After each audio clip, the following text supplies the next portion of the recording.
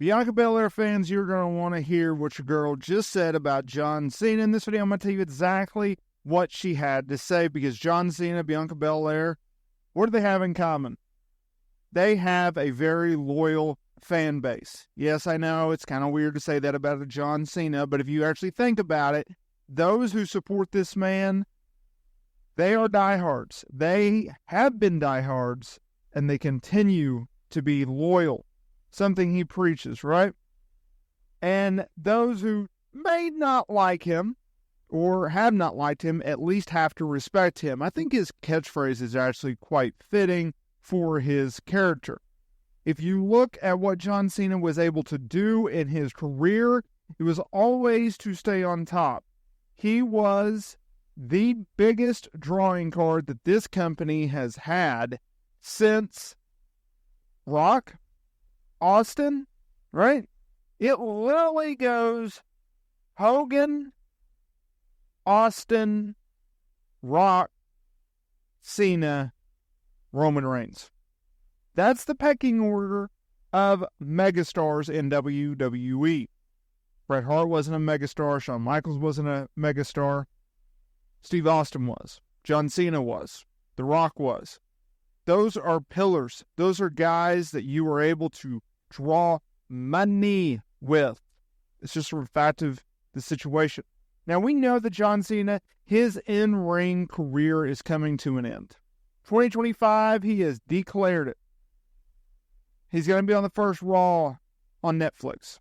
January 2025. He's going to be in the Royal Rumble. He's going to be at Elimination Chamber. He will be at WrestleMania.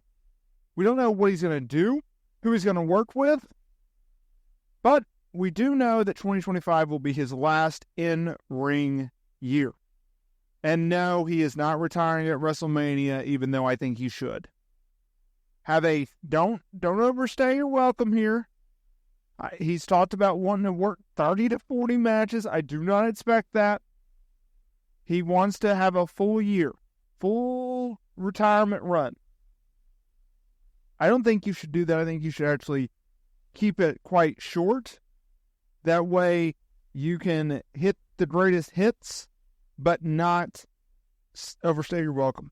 Not get people tired of seeing you, right? Now, Bianca Belair, she recently spoke of John Cena. I thought what she had to say was actually quite interesting. I wanted to share it here to you. This is what she had to say in regards to John Cena while speaking with US Weekly. The biggest gem he ever gave me was after SummerSlam in 2021 when I lost in 26 seconds.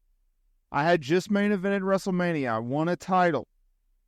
I was on a huge roll, had all this momentum, and then lost in 26 seconds. I was so defeated. He pulled me aside. He really spoke life into me. He told me about his ins and his outs in the business and how to go from the bottom to the top. I saw him do that over and over in his career. He was always reinventing himself. She then took that advice from the 16-time WWE champion, went back to being on top. She defeated the man Becky Lynch in their rematch at WrestleMania 30. And oh, what that match was. So I think that is something that John Cena has been able to do, as she said, year after year throughout his career. It is really what has kept him, I think, in his spot, where he will do something to the best of his ability, should be asked, and if it doesn't work out, then he will find a way to get right back to being on the top. That is something in which is very interesting. It's something that I think everyone can take from. When you get knocked down, you get back up, regardless of the circumstances, regardless of the situation.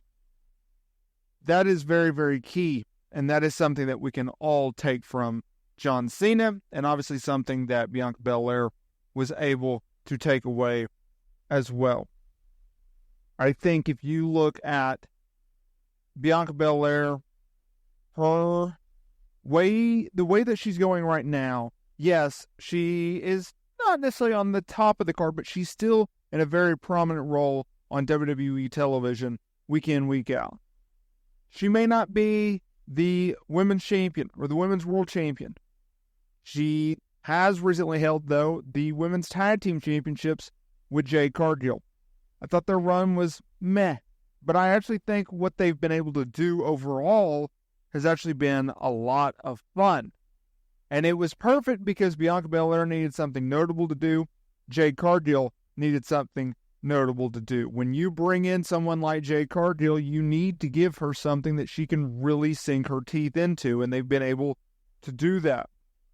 With John Cena, on the other hand, I think, and I've talked about this in the past, but how you book John Cena is going to be very interesting in 2025. Do you bring him in as just purely an attraction where he's going over left and right? Do you have him work singles matches, or do you keep him in tags and six-man tags? Do you have him put over a bunch of young stars? Who are you going to pick? Is he going to go down a nostalgia run where he's working with Cena and Orton and Owens and all these guys and Roman that he's worked with in the past? Seth Rollins, there's another one. Or do you have him feud with the likes of a Jey Uso or a Braun Breaker or a Sami Zayn or a Chad Gable? I'm listing off a bunch of Raw guys. Well, they already did the Solo Sikoa. Could you do him and Cody Rhodes? Him and Damian Priest? There's so much young talent. There's so much talent overall that I think it'll be a lot of fun to see where he goes, how he goes, and everything like that with the way that they book him. I look forward to it nonetheless.